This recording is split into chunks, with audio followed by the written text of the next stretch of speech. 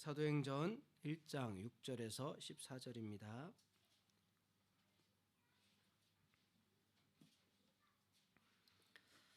저와 여러분이 한 절씩 교독하겠습니다. 그들이 모였을 때 예수께 여쭈어 이르되 주께서 이스라엘 나라를 회복하심이 이때이니까 하니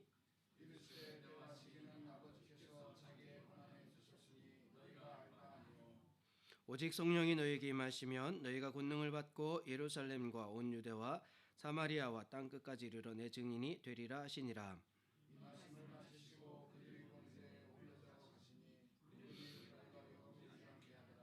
올라가실 때 제자들이 자세히 하늘을 쳐다보고 있는데 흰 옷 입은 두 사람이 그들 곁에 서서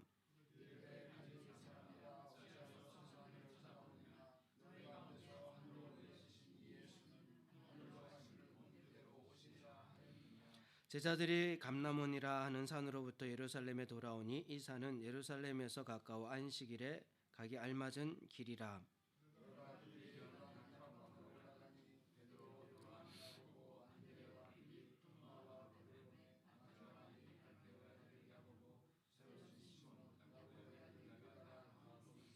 함께 읽겠습니다. 여자들과 예수의 어머니 마리아와 예수의 아우들과 더불어 마음을 같이하여 오로지 기도에 힘쓰더라. 우리 8절을 같이 한번 목소리 맞춰서 다시 한번 읽겠습니다. 시작. 오직 성령이 너희에게 임하시면 너희가 권능을 받고 예루살렘과 온 유대와 사마리아와 땅 끝까지 이르러 내 증인이 되리라 하시니라. 아멘. 아마 1장 8절이 사도행전 전체 주제 성구가 될 것 같습니다. 저와 여러분이 오늘 본문 말씀으로 성령과 그리스도의 증인이라는 제목으로 함께 말씀을 나누고자 합니다. 저와 여러분이 그 예수 그리스도의 좋은 일꾼 되기를 사모하는 은혜가 있기를 바랍니다. 일꾼에 대해서 우리 사도 바울은 디모데에게 편지를 쓰면서 일꾼이라는 단어를 쓰는데 그 디아코노스라는 단어, 섬기는 자 이런 뜻이죠. 그런데 그 디모데 후서에서는 이 단어를 쓰면서 경건에 집중하라고 그렇게 이야기를 합니다. 그러니까 우리가 세상적인 개념으로 이 단어들을 해석해서는 안 되죠. 이 단어를 사용할 때 어떤 의미로 사용했는지를 아는 게 중요합니다. 그러니까 바울은 이 단어를 경건한 삶을 사는 자, 경건에 집중하는 사람, 이 일꾼이다 이런 의미로 사용하죠. 누가는 사도행전에서 그 목격자와 말씀의 일꾼이라고 하면서 이 단어 디아코노스가 아니고 헤페레타이라는 단어인데요. 이 단어는 배 밑에서 돌을 젓는 사람이란 의미에서 온 단어예요. 정말 가장 낮은 계급의 종이라는 의미죠. 그런데 누가는 이 단어를 일꾼이라는 단어를 예수님의 대리자와 같은 삶 이런 의미로 씁니다. 그러니까 예수님을 대신해서 사는 사람이란 의미로 이 단어를 사용하고 있어요. 그러니까 어떤 단어로 어떤 의미로 사용하는지를 잘 보셔야 됩니다. 지난주에 저희 교회 이제 소리 집사 임명도 했고요. 다음 주에는 안수 집사 또 권사 임명도 할 예정입니다. 보통 이렇게 교회 직분을 세우면 사도행전 6장에 앞으로 더 자세하게 나눌 텐데요. 6장에 보면 이제 7명의 집사를 세웁니다. 근데 집사를 세울 때 예루살렘 교회에 막 사람들이 물밀듯 몰려와요. 뭐 베드로의 설교로 막 3,000명이 회개하고 오기도 하고, 그래도 순식간에 이제 부흥을 하면서 사도들이 그들을 다 섬기지를 못해요. 그리고 막 갈등들도 일어나게 되죠. 다툼들도 일어나게 되죠. 그래서 좀 그 일을 맡기려고 이제 봉사와 또 구제 이런 일을 맡기려고 집사들을 세운다 이렇게 기록되어져 있거든요. 그 원어로는 그 이제 봉사하는 일 그리고 이제 접대라는 단어는 재정출납 이런 의미예요. 그러니까 뭐 봉사를 하기 위해서 재정적인 부분들로 담당을 해야 하고 막 이런 부분들을 담당하게 하기 위해서 이제 7명의 집사를 세운다. 그러니까 여기까지만 보고 보통 이제 기존의 이제 교회에서는 교회 직분자를 세울 때 이 일을 맡은 사람 이렇게 여겨요. 그래서 그 직분을 맡으면 교회에서 이런 일을 해야 돼라고 맡기게 되죠. 그런데 중요한 것은요, 그렇게 뽑혀진 사람들이 어떤 삶을 사느냐를 봐야 돼요. 그래서 누가가요, 성령으로 충만한 누가가 그렇게 뽑혀진 사람들 중에서 두 사람에 대한 이야기를 자세하게 기록을 하잖아요. 누굽니까? 스데반과 빌립이에요. 빌립은 제자들 중에도 빌립이라는 인물이 있지만 여기 사도행전에 기록된 빌립은 7 집사 중에 한 사람이에요. 두 사람의 삶에 대해서 기록해요. 근데 이들이 일을 어떻게 했는지에 대한 기록은 없습니다. 봉사를 어떻게 하고 이런 내용은 없어요. 어떤 삶을 삽니까? 이 둘이 증인된 삶을 살더라, 이걸 기록해요. 증인된 삶을 살더라. 그러니까 성경에 막 목사 아니면은 뭐 장로 아니면은 뭐 감독, 집사 여러 가지 직분들이 나와 있거든요. 그런데 종종 이 단어들을 사용하지만 교차적으로도 써요. 이 목사를 선생이라 하기도 하고요, 장로를 감독이라 하기도 하고요. 이렇게 다양하게 써요. 그런데 그러니까 이 직분을 구체적으로 어떤 일을 하는 사람으로 나누는 게 중요한 게 아니고, 사실은 모든 교회에 세워진 사람들은 공통적으로 성령으로 충만하여 증인된 삶을 살아야 된다. 이게 중요한 거예요. 목회자든 아니면 다른 직분자이든 아니면 성도이든 누구나 모든 성도들은 공통적으로 성령으로 충만하여 증인된 삶을 살아야 한다. 이게 핵심인 거예요. 근데 자꾸만 막 교회 안에 나누고 뭐 그 일을 맡기려고 그렇게 하죠. 참 그 잘못된 세상적인 가치관이 교회 안에 들어오기 때문에 그런 거예요. 예수님께서도 스스로 왕으로 이 땅에 오셨다고 말씀하지만 예수님께서 왕으로 오셨다고 할 때 세상 사람들이 생각하는 왕이 아니잖아요. 예수님 왕으로 이 땅에 오셨다고 하셨는데 그 왕은 섬기는 왕이었고요, 십자가에서 대신 죽어지는 왕이었어요. 그러니까 자꾸만 성경의 단어들을 세상적인 개념으로 접근해서 이해하고 해석하려고 해서는 안 됩니다. 성경에서 그 단어가 어떻게 쓰여졌는지를 정확히 봐야 돼요. 그리고요, 일부분만 보는 게 아니고 전체를 봐서 과연 이게 어떤 일, 그래서 성경 말씀을 그냥 사서로이 해석할 것이 아니라 상고하여서 깊이 묵상하면서 정확히 알려고 해야 하죠. 그 성경은 성령의 감동하심으로 감동하심을 입은 사도들에 의해서 쓰여지죠. 그래서 성경을 잘 이해하기 위해서 이 성령의 인도하심을 받는 것이 참 중요해요. 누가가 이 사도행전을 쓸 때 정말 제가 이 말씀을 이렇게 주석을 참고하면서 읽으면서, 야, 정말 누가는 성령의 인도하심이 아니면 이걸 기록할 수 없었겠다. 정말 하나도 놓칠 게 없어요. 정확하게 하나님 나라에 꼭 필요한 내용들을 정확하게 씁니다. 얼마나 놀랍게 쓰는지 몰라요.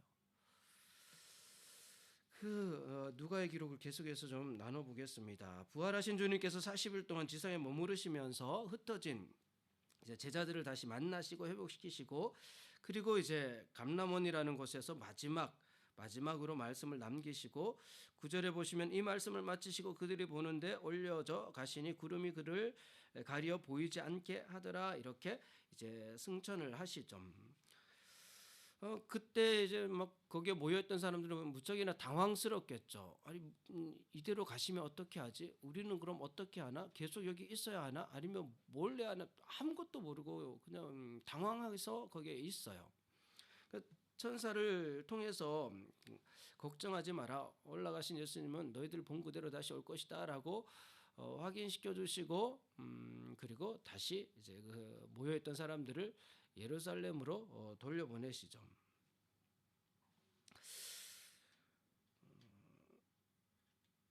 12절에 제자들이 감람원이라 하는 산으로부터 예루살렘에 돌아오니, 12절과 14절에는요 우리가 기억해야 할 중요한 두 가지를 기록하고 있습니다. 첫째는 이제 증인들의 삶은요, 일상의 삶은 감람원이 아니라 예루살렘에서 사는 거예요. 그러니까 우리의 일상의 삶은 감람원이라는 곳이 아니라 예루살렘입니다. 예루살렘. 그러니까 성도들도 일상을 사는 그 장소가 세상이에요. 세상 속에서 우리는 일상을 살아갑니다. 그리고 거기 모여있던 사람들, 예루살렘으로 가서 이제 다락방에서 모여있죠. 14절에 여자들과 예수의 어머니 마리아와 예수의 아우들과 더불어 마음을 같이하여 오로지 기도에 힘쓰더라. 이 말씀은 예수님 안에서의 새로운 가족 개념을 가르치고 있습니다. 그러니까 성도들의 삶의 현장은 세상이고, 그 성도들이 이루어야 될 공동체는 예수 안에서의 새로운 가족이라는 거예요. 새로운 가족. 예수님께서 십자가상에서 마지막으로 하신 말씀 중에서도요, 요한복음 19장 25절에 예수의 십자가 곁에는 그 어머니와 이모와 글로바의 아내 마리아와 막달라 마리아가 섰는지라. 예수께서 자기 어머니와 사랑하는 제자가 곁에 서 있는 것을 보시고 자기 어머니께 말씀하시되 여자여 보소서 아들이니다 하시고 또 제자에게 이르시되 보라 내 어머니라. 예수님께서 새로운 예수님 안에서의 가족에 대해서 이렇게 말씀하신 거예요. 마리아에게 어떤 아들이 없어서, 아니면 아들들이 있는데 뭐 믿음이 없어서 그러지 않습니다. 마태복음 13장 55절에 이는 그 목수의 아들이 아니냐, 그 어머니는 마리아, 그 형제들은 야고보, 요셉, 시몬, 유다라지. 이 야고보는 야고보서를 쓴 초대교회 예루살렘 교회 장로였고요. 이 유다도 유다서를 쓴 인물입니다. 그러니까 예수님의 형제들이 나중에 다 이제 신앙으로 그 교회 안에서 중심적인 역할을 하게 돼요. 그 누이들은 다 우리와 함께 있지 아니하냐. 예수님께서 공생애를 시작하시면서 여러 곳에서 막 소동이 일어나니까 마리아와 형제들이 예수님을 데리고 가려고 찾아온 적이 있습니다. 마태복음 12장 48절에 말하던 사람에게 대답하여 이르되 누가 내 어머니며 내 동생들이냐 하시고 손을 내밀어 제자들을 가리켜 이르시되 나의 어머니와 나의 동생들을 보라. 누구든지 하늘에 계신 내 아버지의 뜻대로 하는 자가 내 형제요 자매요 어머니이니라 하시더라. 이것이 혈육 아니면은 그 가족을 부인하라는 의미가 아닙니다. 그 가족에는 그대로 유지해야 돼요. 가족을 누구보다 소중히 여기세요, 하나님께서. 동시에 예수 그리스도 안에서 믿음의 형제 자매들이 그 가족과 같은 마음으로 서로를 사랑해야 된다라는 것을 가르치죠. 그러니까 우리가 신앙 공동체로 모일 때 우리는 예수님 안에 새로운 가족이에요. 그 가족끼리 막 다투고 하면 안 되잖아요. 좀 허물이 있더라도 그것을 서로 덮어줄 수 있어야 되고요. 서로 어떻게든지 끌어안을 수 있어야 되잖아요. 그게 가족이잖아요. 그러니까 이 예수 그리스도 안의 새로운 공동체, 그 공동체가 살아가는 곳은 세상이고요. 그리고 그 세상 속에서 이 신앙의 가족들은 정말 혈육의 가족만큼이나 서로를 사랑하고 서로를 포용하고 서로 하나 되는 그런 공동체를 이루어야 된다라는 것을 이제 12절에서 14절까지 이야기하고 있는 거죠. 오늘날 교회가 정말 성경적인 교회로 잘 회복되기를 좀 소망합니다. 동경합회 기독교회는 정말 이 성경적인 사도행전 말씀을 통해서 앞으로 정말 성령의 충만하심을 입어서 정말 성경적인 그 공동체를 이룰 수 있으면 참 좋겠다라는 소망을 가져요. 자, 우리는 성령께서 하나님의 나라를 어떻게 완성해 가시는지 그 속에 우리가 살아가고 있습니다. 그러니까 성령께서 하나님 나라를 완성해 가시는 그 과정 속에 우리가 살아가고 있어요. 세상에서 살죠. 신앙 공동체를 이루며 살아갑니다. 그런데 이 공동체를 통해서 하나님께서 어떻게 하나님 나라를 성취하시는지 그 과정이 사도행전에 다 기록되어져 있습니다. 그리고 누가는 이 내용을 기록하면서 그 하나님의 나라는 반드시 성취된다라는 것을 말하고 싶어요. 반드시 성취될 것이다라는 것을 이제 모든 후대 사람들에게 알리려고 이 글을 씁니다. 그래서 28장 31절 마지막에 가서도요, 이 누가는 하나님 나라에 대한 이야기로 마무리를 지어요. 그러니까 저와 여러분을 통해서 하나님께서 계획하신 나라는 반드시 성취돼요. 그런데 그 하나님 나라를 성취해 가시는 그 과정 속에서 누구를 통해서냐 하면 물론 저와 여러분이지만 더 구체적으로 말하면요, 성령에 충만한 사람, 다른 말로 일꾼이고요, 다른 말로는 증인입니다. 증인을 통해서 성취해 가세요. 자, 본문을 다시 한번 보시면 6절을 보세요. 그들이 모였을 때 예수께 여쭈어 이르되 주께서 이스라엘 나라를 회복하심이 이때니까 하니. 당시 유대인들이 크게 오해하고 있었던 것 중에 하나가요, 이스라엘이 하나님의 나라다라고 생각했어요. 이스라엘이 곧 하나님의 나라다라고 여겼습니다. 절대 그러지 않아요. 이스라엘은 하나님 나라의 일부이지 전부는 아닙니다. 그 제자들이요, 예수님께 나와서 계속해서 묻는 것이 이스라엘 나라가 언제 회복될 것입니까? 이 여쭈어라는 단어가요, 미완료 과거형인데 예전부터 계속해서 묻는다는 뜻이에요. 예전부터 처음부터 지금까지 계속해서 묻는다는 뜻이에요. 그러니까 제자들이 계속해서 묻는 게 뭐냐면은 이스라엘 나라가 언제 회복됩니까? 라는 거였어요. 회복되면 자기들도 이제 한 자리를 차지할 수 있겠다 싶어서 그렇게 묻는 거죠. 그러니까 AD 162년부터 143년까지 그 팔레스타인 지역에요, 마카비 혁명이라는 혁명이 일어납니다. 그 혁명이 성공적으로 이루어져서 유대인들에 의해서 잠시 독립 국가가 세워져요. 그 하스몬 왕조라고 해서요, 유대인 왕조가 세워집니다. 한 79년 정도 이어져요. 그러고 나서 로마가 그 지역을 다시 점령하면서 이제 유대인 독립국은 완전히 사라지는데, 그 예수님 당시에 유대인들이 다시 마카비 같은 지도자가 나타나서 메시아가 와서 우리를 로마로부터 독립시켜서 우리를 새로운 나라를 세울 수 있도록 할 것이다, 이런 생각들, 기대를 가지고 있었어요. 그러니까 예수님이 막 여러 가지 이적들을 행하시면서 가르치시니까 혹시라도 예수님이 그 메시아가 아닐까? 예수님을 통해서 이스라엘 나라를 다시 회복해 주시지 않을까? 그렇게 되면 내가 한 자리 차지할 수 있지 않을까 싶어서 제자들이 예수님을 따라다니죠. 예수님은 한 번도 이스라엘 민족의 독립이나 회복에 대해서 말씀하신 적이 없죠. 예수님은 처음부터 하나님 나라에 대해서 말씀하셨는데 제자들이 또 당시 주변 사람들이 다 오해를 했죠. 자, 그러다가 예수님이 십자가에서 죽으세요. 그 십자가에서 죽으시는 그 사건은 제자들에게, 예수님 따르던 사람들에게 절망적인 사건입니다. 그렇게 기대했는데, 이스라엘 나라를 회복할 줄 알았는데, 그래서 자기들이 한 자리 차지할 줄 알았는데 죽으신 거예요. 야, 그럼 이제 다 끝났구나. 절망적인 사건이죠. 아니었구나. 그런데 예수님 부활하신 거예요. 부활해서 다시 나타나신 거예요. 근데 문제는요, 예수님 부활하시니까 이 제자들이 가지고 있던 세속적인 그 출세욕이 다시 살아나요. 야, 우리가 다 끝난 줄 알았는데 예수님 다시 살아나셨네? 그 예수님이 다시 이스라엘을 회복시키시겠지? 그러면 우리가 그 포기했었는데 다시 한 자리 차지할 수 있을지도 몰라. 이게 세상적인 출세욕이 다시 살아나요. 그래서 또 예수님께 묻는 거예요. 지금 6절이 그 내용입니다. 그들이 모였을 때 예수께 또 엿듣는 거예요. 지금까지 계속 물어왔던 것 또 질문을 하는데 뭐예요? 이스라엘 나라를 회복하심이 이때니까. 이제 좀 세속적인 생각들, 또 출세 이거 좀 다 버릴 만도 한데 참 집요하죠.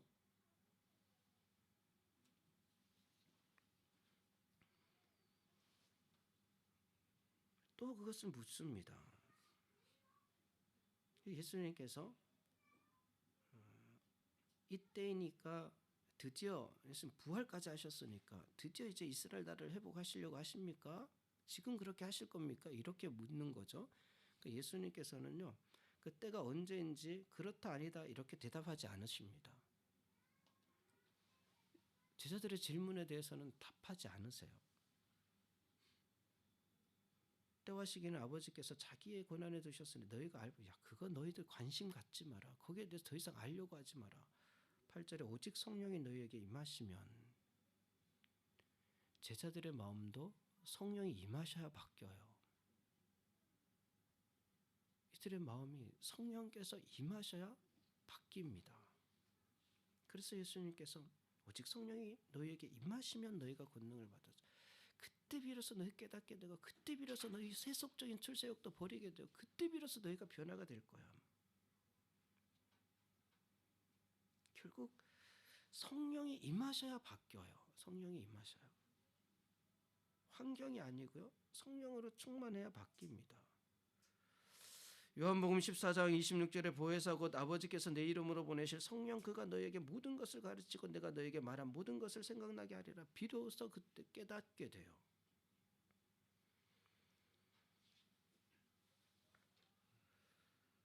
저와 여러분이 예수 그리스도를 믿어서 구원을 받았습니다. 분명한 사실이에요. 그 하나님 나라 백성이 되었어요. 그런데 우리가 성령으로 충만하지 못하면 여전히 과거에 매여서 살아요. 여전히 세속 가치관을 가지고 삽니다. 우리가 성령으로 충만하지 못하면 성경을 읽어도 자기 마음대로 읽어요. 묵상을 해도 자기 생각대로 묵상을 해요. 결론도 자기 임의대로 지어요. 우리가 성령으로 충만하지 못하면 결국은 우리가 하는 모든 종교 생활이 자기 나름대로 하는 거예요. 때로는 그렇게 해서 목회자가 되기도 하고요. 때로는 그렇게 해서 중요한 직분자가 되기도 합니다. 성령이 충만하지 못하면 결국은 자기 생각대로.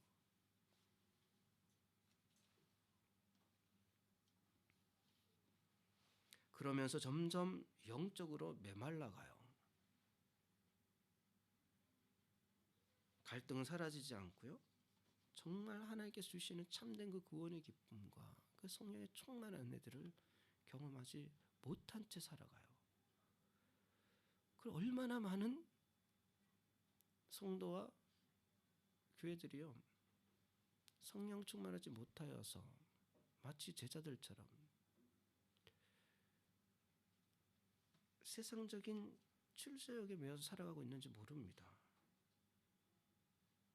그 오순절 이후에 모든 성도들의 심령 안에 성령께서 이미 거하고 계세요. 성령이 계시는데 충만하지 못하면 마치 성령이 안 계시는 것처럼 살아요. 제자들처럼. 그래서 에베소서 5장 18절에 술 취하지 말라 이는 방탕한 것이 오직 성령으로 충만함을 받으라. 근데 이 말씀이 그냥 나온 말씀이 아니에요. 술 취하지 말라 이는 방탕한 것이니 오직 성령으로 충만함을 받으라. 바울이 왜 이렇게 이야기했냐면요, 당시에 교회 안에 정말 술 취한 사람들이 많았어요. 언제 많았냐면 성찬식 때 많았어요. 성찬식 때. 고린도전서 11장 17절에 내가 명하는 이 일에 너희를 칭찬하지 아니하나니 이는 너희의 모임이 유익이 못되고 도리어 해로움이라. 교회 안에 모이는데 이게 유익이 되는 게 아니라 오히려 해로워요. 교회에 성도들이 모인다고 모이는데 이게 유익되는 것이 아니라 해로워요. 먼저 너희가 교회에 모일 때 너희 중에 분쟁이 있다함을 듣고, 그 교회 모이는데 막 분쟁만 있고 갈등만 있고 그런 거예요. 20절에 그런즉 너희가 함께 모여 주의 만찬을 먹을 수 없어. 그 만찬이라고 모이는데 이런 일들이 막 생긴단 말이에요. 이는 먹을 때 각각 자기의 만찬을 먼저 갖다 먹으므로 어떤 사람은 시장하고 어떤 사람은 취함이라. 초대교회 모든 교회 가장 중요한 종교 행위 중에 하나가 만찬이었습니다. 야, 오늘은 만찬이 있어. 그럼 성도들이 예수님의 몸과 피를 기념하는 만찬이야 라고 해서 막 모이잖아요. 근데 어떤 사람들은 일찍이 와요. 일찍 가서 내 마음껏 먹어야지 하면서 마음껏 그 준비된 포도주를 마셔요. 어느새 취해 있어요. 그 나중에 오는 사람은 자기 참가하려고 보니까 없어요. 이제는 동의하고 없어요. 그런 현상이 교회 안에 있었단 말이에요. 어떻게 주의 만찬을 행한다고 하면서 자기의 욕심, 먹고 싶은 그 욕구를 채우려고 와가지고 일찍 와서 그거 마음껏 먹어버리고 어느새 취해 있는 거예요. 사람들이. 초대교회 그런 현상이 있었어요. 그래서 바울이 에베소서에 술 취하지 말라고 한 거예요. 이게 그냥 나온 말이 아닙니다. 바울이 술 취하지 말라고 하는 것은 단지 술을 마시고 마시지 않고의 문제가 아니라 그 본심이 뭐냐면 자기 본성을 충족시키기 위해서 하는 행위들이라는 거예요. 자기의 본성을 충족시키기 위해서 하는 행위들. 그래서 고린도전서 11장 22절에요. 그 21절에 이는 먹을 때 각각 자기의 만찬을 먼저 갖다 먹으므로 어떤 사람은 시장하고 어떤 사람은 취해 있고 어떤 사람은 시장하고 먹을 것이 없어서 그렇게 있는 상황. 22절에 보시면 너희가 먹고 마실 집이 없느냐? 너희가 하나님의 교회를 없인 여기고 빈궁한 자들을 부끄러. 야, 너희가 도대체 자기의 본성을 충족시킬 곳이 없어서 어디 없어서 교회 와서 그 행위들을 하냐? 이러는 거예요. 그렇게 너희 본성을 충족시키고 싶으면 세상 가서 다른 방법을 해도 충분할 텐데 어디 세상에서 그거 할 것 없어서 어떻게 하나님의 교회 안에 들어와서 자기 본성을 충족시키려고 그렇게 하냐라고 질책하고 있는 내용입니다. 얼마나 사실 부끄러운 일입니까? 근데 오늘날 이런 일이 없을 것 같아요. 오늘날 교회도요. 많은 목회자를 포함해서 많은 사람들이요. 결국 이 복음을 자기 본성을 충족시키려고 이용하는 경우들이 얼마나 많은지 모릅니다. 자기의 명예를 위해서요. 자기의 본성을 충족시키기 위해서. 그거 하지 말고 성령으로 충만하라고 권면하고 있는 거예요. 근데 이것이 사실 성령으로 충만하지 않으면 대부분의 사람들은 본성으로 충만해집니다. 성령으로 충만하지 않으면 대부분의 사람들은 본성에 취해서 살아요. 그래서 예수님께서 제자들이 또 묻고 또 묻는 이스라엘 나라를 회복하심 이때니까 우리가 언제 출세할 수 있겠습니까? 우리가 언제쯤 한 자리 차지할 수 있겠습니까? 이걸 계속해서 묻잖아요. 예수님이 거기에서 답하지 않으시고 야, 성령이 임하시면 그래 너희들 성령이 임해야 그 본성이 바뀔 거야. 예수님 그렇게 말씀하시는 거예요. 우리가 성령이 충만해야 변화될 수 있습니다. 오직 성령이 너에게 임하시면 그때 비로소 권능을 받는데 이 권능도요 은사적인 면이 아니에요. 이 권능은 예수 그리스도의 대리인으로 사는데 필요한 능력들입니다. 예수님의 삶을 대신 사는데 필요한 능력들이에요.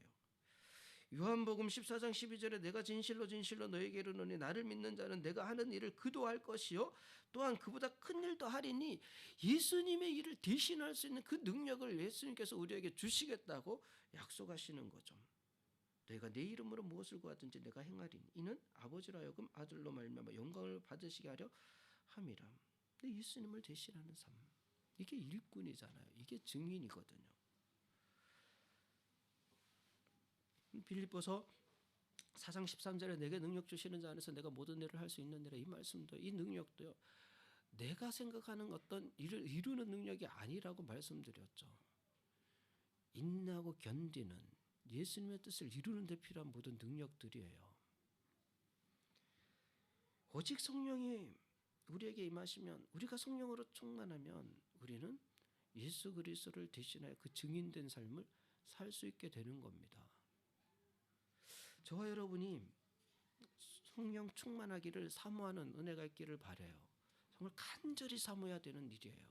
성령으로 충만하지 못하면 대부분은 본성에 취해서 살아갑니다. 그 성령으로 충만한 증인을 통해서 하나님의 나라가 성취돼요. 출세를 기대하면서 때를 묻는 제자들에게 예수님께서 오직 성령이 너에게 임하시면 너희가 권능을 받고 예루살렘과 온 유대와 사마리아와 땅끝까지 이르러 내 증인이 되리라 말씀하시죠. 예루살렘과 온 유대와 사마리아와 땅끝까지. 우리 사명의 영역입니다. 우리가 살아가는 삶의 영역들이에요. 뭐 점진적인 확장일 수도 있고요. 그 사도행전은 정확하게 이 흐름대로 복음이 전해지는 것을 기록하고 있습니다. 근데 중요한 것은 성령으로 충만한 증인을 통해서 하나님의 나라가 온전히 성취된다는 사실, 이 사실이에요. 증인이라는 단어, 마르티스라는 이 단어에서 승조자라는 단어가 나오죠. 초대교회 아마 누가가 이 글을 기록할 때 즈음부터 시작해서 근 100년 가까운 시간 동안에요. 이 증인이라는 단어는 순교자와 동일한 의미로 쓰여졌습니다. 왜냐하면 로마의 박해가 엄청난 박해 속에서 예수님을 증거하는 것은 곧 죽음이었거든요.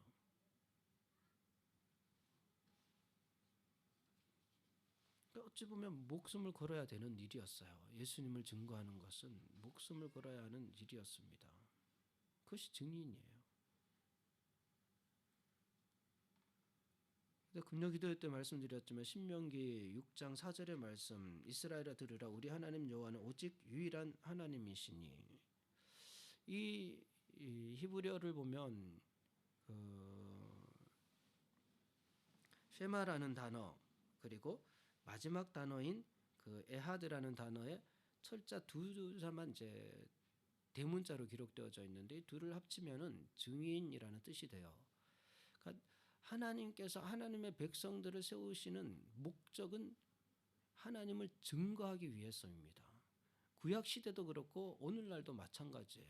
하나님께서 이스라엘 나라를 세우신 목적은 하나님을 증거하기 위해서예요. 오늘날 우리를 예수 그리스도를 통해서 구원하신, 그래서 우리에게 영원한 생명을 주시고 이 땅을 우리가 살아갈 수 있도록 하신 이유는요, 우리가 예수 그리스도를 증거하게 하기 위해서예요.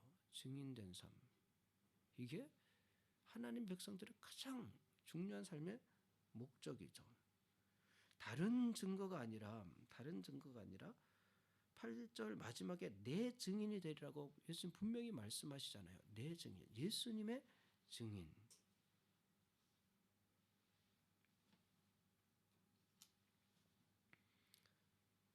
그 성령으로 충만한 사람들은 증인된 삶을 살아요. 우리의 모든 삶은 제가 목회자고 선교사고 그 직분이 중요한 것이 아닙니다. 그의 어떤 직분으로 세워지가 그게 중요한, 그것보다 훨씬 더 중요한 본질적인 것은요, 누구라도 성령으로 충만하여 예수 그리스도의 증인된 삶을 살아야 한다. 이게 중요한 거예요.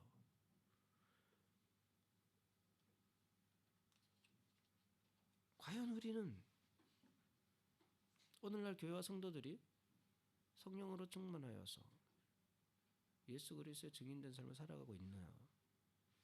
우리 늘 스스로를 점검해 봐야 합니다.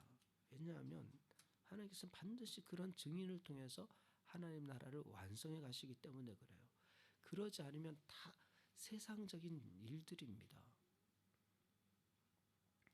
권능도요, 이 권능이 어떤 뭔가를 이뤄내는, 사람들의 생각을 성취해내는 그런 권능이 아니라 증인으로 사는 데 필요한 모든 능력들을 말합니다. 이 능력에 대해서 구체적으로 누가는요, 앞으로 기록해요. 베드로의 설교, 또 베드로와 요한을 통해서 안진병이가 일어나는 역사들, 스데반을 통해서 말씀이 증거되죠. 스데반을 통해서 예수 그리스도가 증거되죠. 빌립을 통해서 에디아피아 그 내시가 예수님을 믿게 되죠. 이런 모든 것들이 성령의 권능들이에요. 이미 저와 여러분 안에 성령께서 거하시면 이런 일들이 우리 삶 속에서 일어나야 마땅하다라는 것을 누가는 기록하고 있는 겁니다.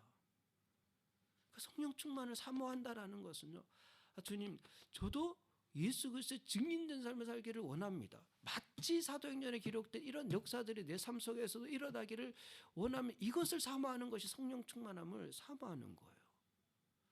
그래서 올해는 동경합회 기독교의 모든 성도분들이 정말 이 성령 충만함을 좀 간절하게 사모하는 은혜가 있기를 바랍니다. 성령 충만한 증인들의 삶이 어떠한지는 앞으로 보게 될 거예요. 얼마나 놀라운 삶인지 모릅니다. 그런데 우리는 그걸 다 알지 못해요. 그런데 하나님께서 그렇게 역사를 이루어가세요. 얼마나 놀랍게 이루어가시는지 몰라요.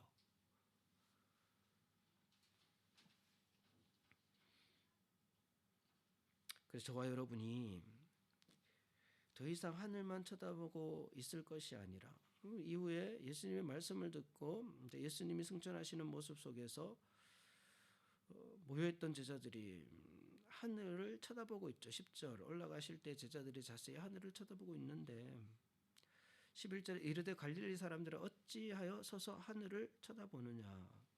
어찌하여 지금 거기에 모이는 사람들은 갈릴리 사람들입니다. 갈릴리 사람들이 갖는 의미는요, 당시에 가장 소외된 사람들이란 뜻이에요. 정말 별 볼 일 없는 사람들, 유대인들이 배척하는 그 사람들, 그리고 비난했던 세리들도 있고요, 또 소외되었던 여성들도 있고요. 갈릴리 사람들, 참 비천한 사람들, 뭐 하나 이룰 수 없는 그런 사람들, 이란 뜻이에요. 그런데 이 갈릴리 사람들이 성령이 임하면 어떻게 됩니까?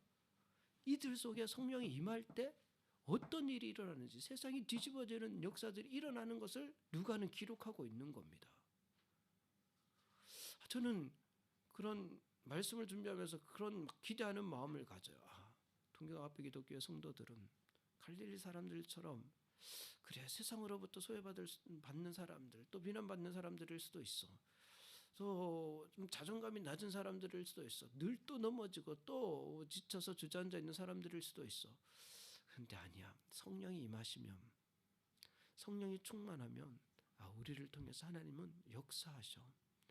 성령이 임하시면, 성령으로 충만하면 우리 안에서 하나님께서는 반드시 계획하신 일들을 이루어 가실 거야. 그런 마음을 하나님께서 주세요.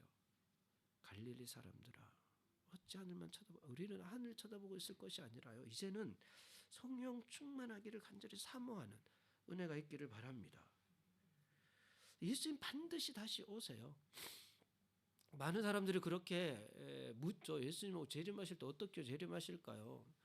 감람원에서 이렇게 구름 속에서 사라지는 이 구름은 하나님의 권능을 의미합니다. 영광을 의미해요. 그리고 그 모습으로 오신다는 의미는 아니에요.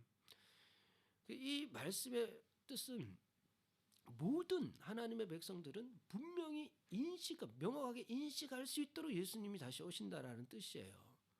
그러니까 눈으로 보일지 아니면 어떤 모습일지는 알 수 없습니다. 그러나 구원받은 모든 하나님의 백성들은 명확하게 인식할 수 있도록 하나님 다시 오신다라는 의미입니다. 하나님 반드시 그렇게 다시 오세요. 예수님께 다시 오시죠. 이것을 초대교회 성령으로 충만한 모든 성도들은 이 사실을 확신했어요. 성령이 임한 사람들의 중요한 특징 중에 하나는 다시 오실 예수님에 대한 확신이에요. 확신. 지난 금식 기도회 때도 나눴지만 디모데후서 말씀을 나누면서요, 디모데 4장에서 사도 바울의 마지막 그 유언 같은 글이잖아요. 4장 1절에 하나님 앞과 살아있는 자와 죽은 자를 심판하실 그리스도 예수 안에서 그가 나타나실 것과 그의 나라를 두고 엄히 명하는, 바울은 이 확신을 가지고 끝까지 이 복음을 전했습니다. 뭐냐면 예수님이 다시 오실 것, 그리고 하나님 나라 반드시 성취된다라는 이 두 가지 확신이었어요. AD 67년 때 상황은 설명드렸죠. 그때요, 엄청난 박해로 교회들이 무너지고 성도들이 흩어지고 배교자들이 나오고 이제 바울 곁에는 누가밖에 없는 그런 상황. 그래도 바울은 확신했습니다. 예수님 반드시 오실 뿐만 아니라 하나님 나라는 반드시 성취된다. 세상이 어떻게 변해도요, 어떤 혼란스러운 상황들이 있더라도요, 저 여러분 확신하세요. 예수님 반드시 다시 오시고 하나님 나라는 반드시 성취돼요. 그것을 믿고 바울은 엄히 명하노니 너는 말씀을 전파하라. 때를 얻든지 못 얻든지 항상 힘쓰라. 범사에 오래 참음과 가르침으로 경책하며 경계하며 권하라. 전도자의 삶을 살라. 증인의 삶을 살라라고 그렇게 권면하고 있죠. 때가 이르리니 사람이 바른 교훈을 받지 않으며 귀가 가려워서 자기 사욕을 따르는 스승을 많이 두고, 마지막 때는요, 자기의 사욕을 따를 스승을 많이 둬요. 그러니까 자기 본성에 취해서 그것을 채워줄 사람을 많이 쫓게 돼요. 교회 안에서도.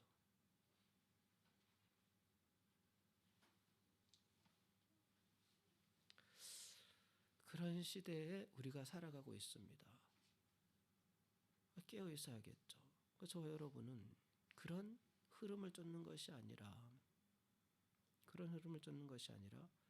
정말 이 말씀 안에서 성령 충만한 삶을 사모하게 되는 은혜가 있기를 바라요.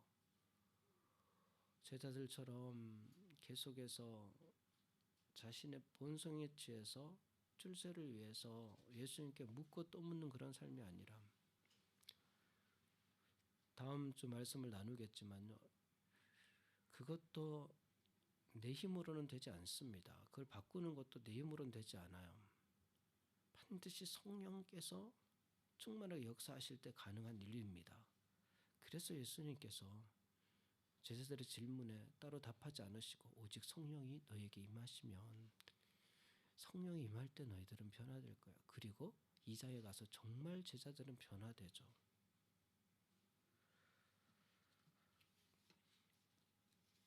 저와 여러분이 성령 충만함을 간절히 사모하시기 바랍니다. 그리고 성령 충만한 그리스도의 증인이 되기를 사모하세요. 그런 성도들을 통해서 하나님의 나라는 완성됩니다. 성취되어집니다.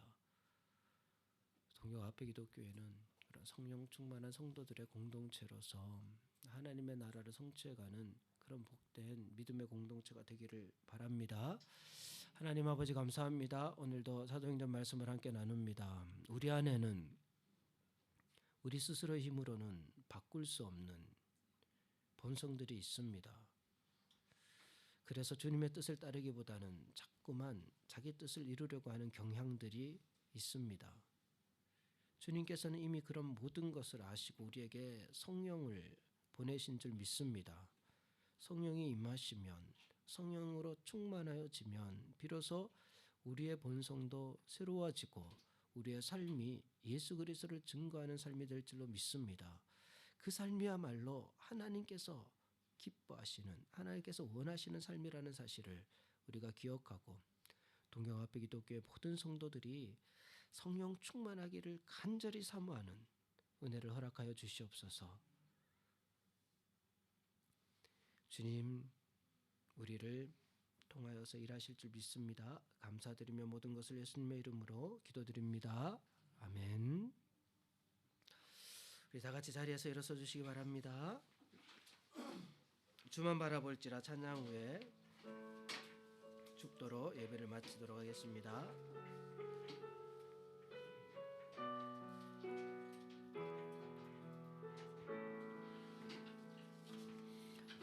하나님의 사랑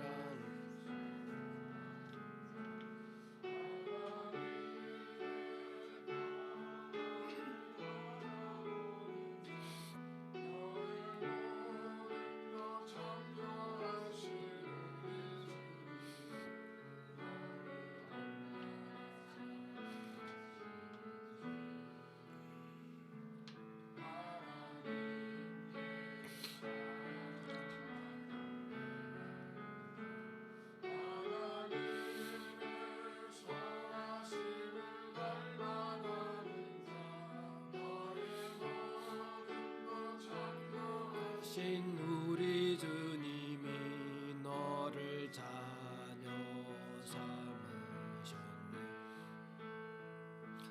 하나님 사랑의 눈으로 너를 어느 때나 바라보시고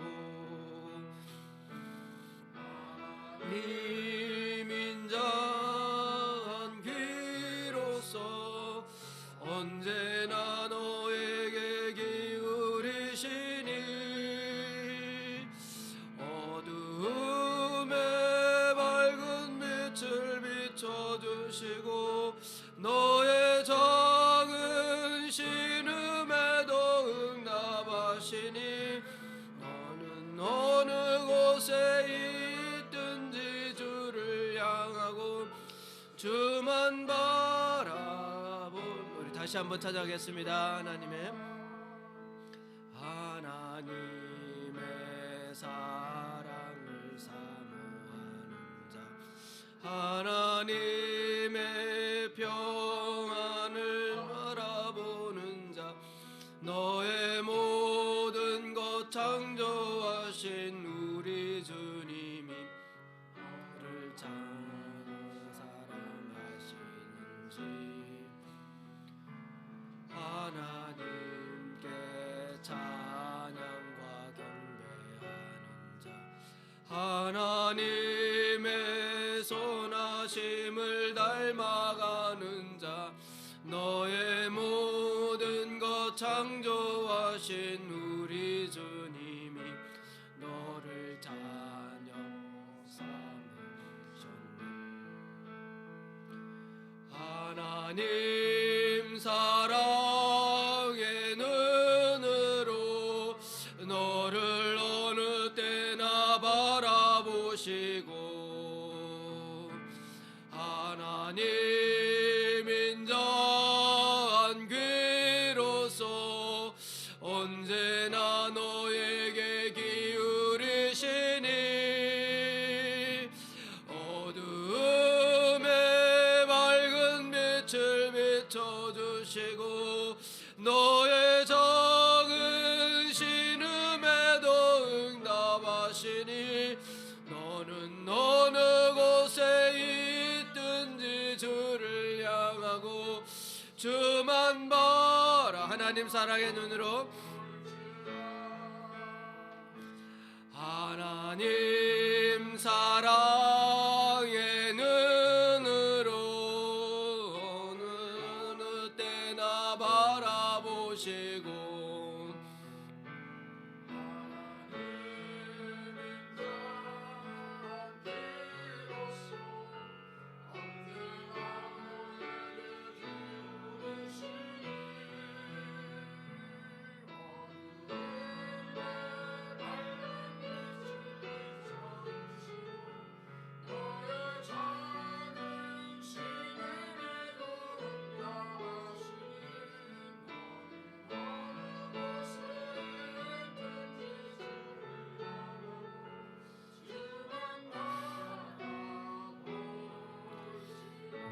우리 함께 기도하고 죽도록 예배를 마치고자 합니다.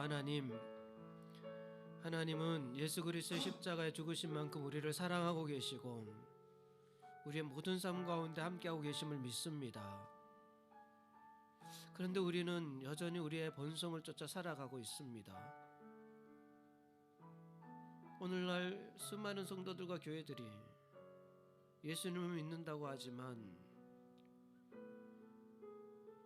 제자들처럼 자신들의 본성에 따라서 살려고 하는 경향들이 있습니다. 성령으로 우리를 새롭게 하여 주시옵소서. 오직 성령이 너에게 임하시면 너희가 권능을 받는다고 하신 말씀처럼, 그리고 예루살렘과 온 유대와 사마리아와 땅까지 이르러 내 증인이 되리라고 하신 말씀 우리가 마음에 새기며 주님 우리가 성령으로 충만하여서 예수 그리스도를 증거하는 삶을 살기를 원합니다. 주님 우리를 성령 충만한 신앙 공동체로 삼아 주시옵소서. 함께 기도하겠습니다. 하나님 아버지,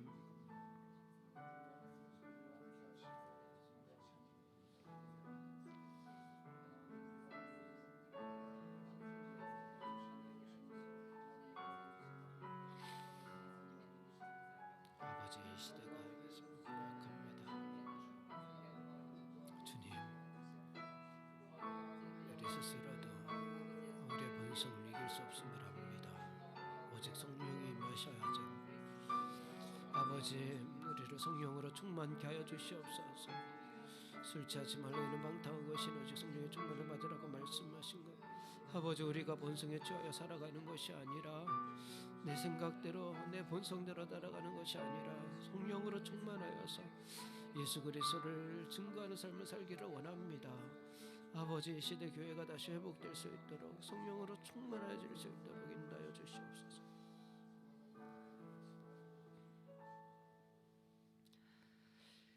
이제는 우리 주 예수 그리스도의 크신 은혜와 아버지 하나님의 독생자를 아낌없이 내어주신 사랑과 성령님의 내주하심과 충만하심이 말씀을 듣고 성령의 충만함을 간절히 사모하고 이제는 그리스도의 증인된 삶을 살고자 결단하고 돌아가는 모든 성도들의 삶 가운데 주님 세우신 동경화합회 기독교회와 이 땅의 모든 교회들 위해 이제로부터 영원토록 함께 있을지어다. 아멘.